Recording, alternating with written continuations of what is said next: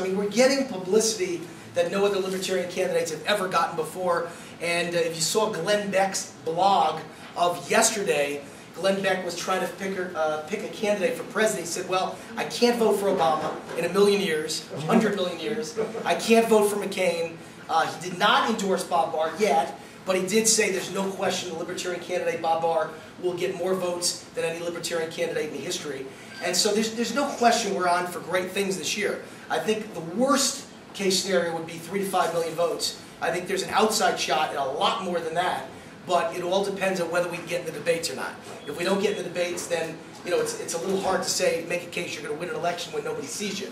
So the key is to get in those debates, and in the most recent national poll, Zogby, we've got 6 to 7% nationwide, which is 6 to 7 million votes, which is no small thing for a Libertarian ticket. So I think we've done a good job for you, and things are going well. I think the reason why is pretty obvious. Bob and I like to talk a lot, and we make a good team. I think we're exact opposites of each other.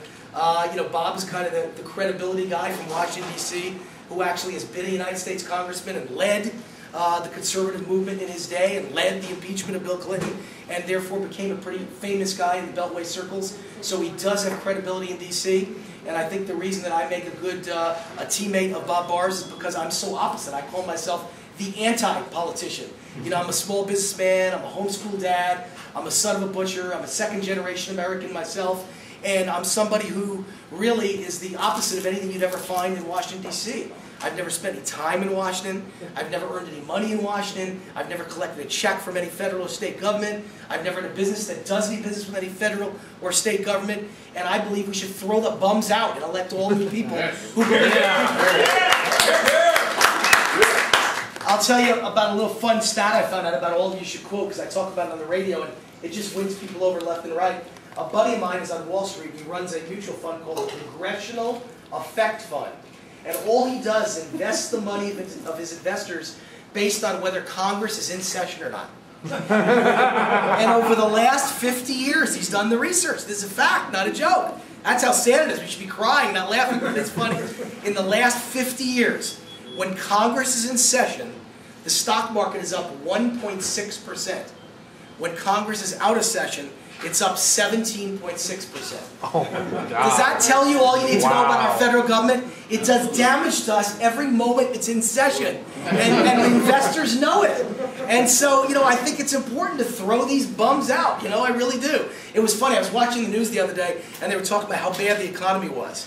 And they were saying, the gaming industry in Vegas down 20%, and pharmaceuticals down 20%, and this down 20%, and that down 20%. And I thought, I could write a speech about this, because you know what they forgot? They didn't say that federal hiring is down 20%. It's not down at all. No matter how bad things get, the government keeps hiring. How come if my business is down 30% and I can't hire, how come the federal and state governments don't cut back and fire people and stop hiring and stop giving away gigantic pensions, which is our money? How come they get health insurance for life after they retire? Last time I checked, I have no guarantees for life of health insurance. So what we need is a little realism in government. Let me talk about the Nevada way, because I love to talk about that. I live in Nevada, and we're sucking out all the population of California. And the reason why is very obvious, and it's not because I'm a big Nevada lover, because I will say very plainly, compared to California, Nevada's a pretty ugly place. California's beautiful. I lived here 15 years. I didn't want to leave. Why would you want to go from the ocean to the desert? But here's the thing. Why are people moving there? Because you don't pay any state income taxes. You don't pay any business income taxes. You don't pay any inheritance tax when you die. The government literally can't tax you to death. And property taxes, get this, are limited by law to 3% a year increase. And we generally, on the social side, tend to leave people alone to do what they want to do in the privacy of their own bedrooms. That's what makes Nevada so successful. And by the way, we're smart enough to not only legalize sin, but to tax it, so that the rest of us don't have to actually pay any taxes. So it works. So, I like to say I want to take the Nevada model and spread it all over the United States of America. And what I'm most proud of is that, just like California, Nevada has a budget problem right now because we're in a free fall in the economy. It's if not a bad recession, it might be a depression. And it's the worst I've seen in my lifetime. I'm 47 years old. I've never seen anything like this. It's terrible out there. And Las Vegas used to be considered recession-proof, and we are in a terrible recession because gas is so high that you guys from California don't even want to drive there. And 40% of our business on weekends is people driving from California. So our business is way down. So we have a $1 billion budget deficit. Now I know by California standards that's not a lot, but by Nevada standards it's a big budget deficit. And do you know how we solve that deficit? In 12 hours, the governor asked for a special session, and in 12 hours, Republicans and Democrats, which are evenly divided by the way in our legislature, agreed to make up a $1 billion budget deficit without $1 in tax increases. They cut the budget $1 billion. How about that one? It's quite amazing. And you know why they did it? The governor said, if you vote in one single tax increase, I will veto everything. So they had no choice. So when people ask me on radio shows all over the country, what difference can you and Bob Barr possibly make if by any chance a miracle happens and you pull the biggest upset in history?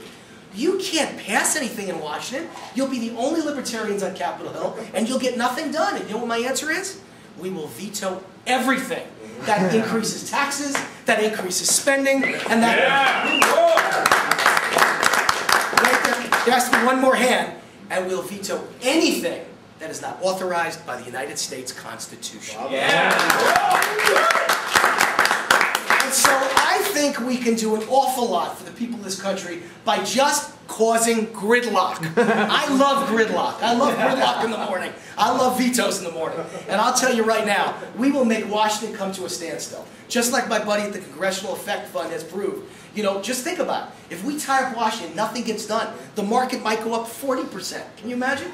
We can stop the damage that people in Congress do every single day. You still want to get elected to Congress, Ted? Oh, yeah. We need some allies. You want to join us in the do-nothing Congress. See, we want to do-nothing Congress. Absolutely. I remember a few years back when Newt Gingrich brought it all to a halt, and the whole federal government screeched to a halt. And in the news media, they were hysterical about it. My God, the government's been shut down.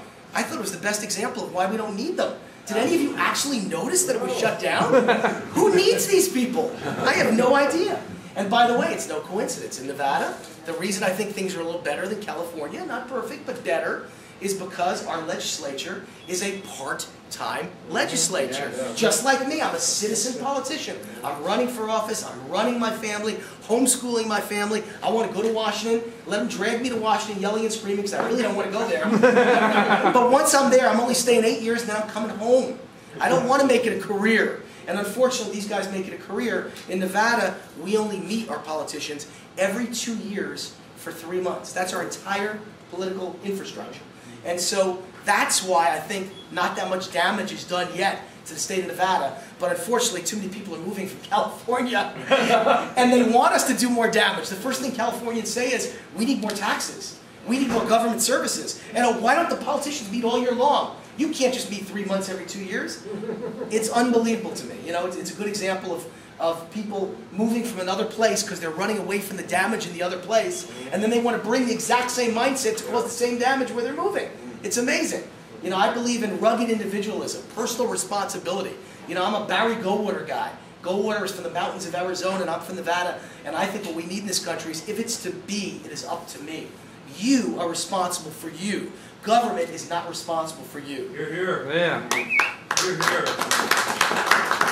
Or as I'd say on talk shows, the very thing that the essence of what libertarianism is about is government's job is to protect us from the bad people running around out there, maybe foreign invaders or a criminal, a mugger, a murderer.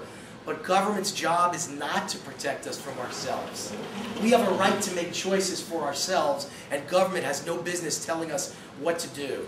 And so, you know, you see it in the news every day. You see it with Ted Stevens, the senator from Alaska, who just got indicted. How many of you realize that Ted Stevens, his name is on the Anchorage airport? It's the Ted Stevens International Airport. You know, I mean, they give you airports now if you steal from the taxpayer. That's the problem. It's legislative bribery. It's legalized theft. That's what politicians do.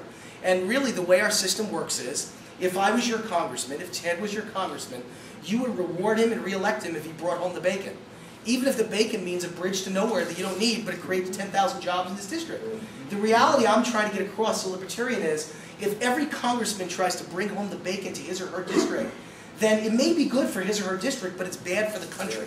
We shouldn't be rewarding people for bringing home bridges to nowhere that cost $200 million and support 50 Indians on a remote island in Alaska. That's ridiculous, and that's a waste of taxpayer money. And so, you know who's the biggest earmark person in the whole U.S. Senate, by the way, is Senator Barack Obama.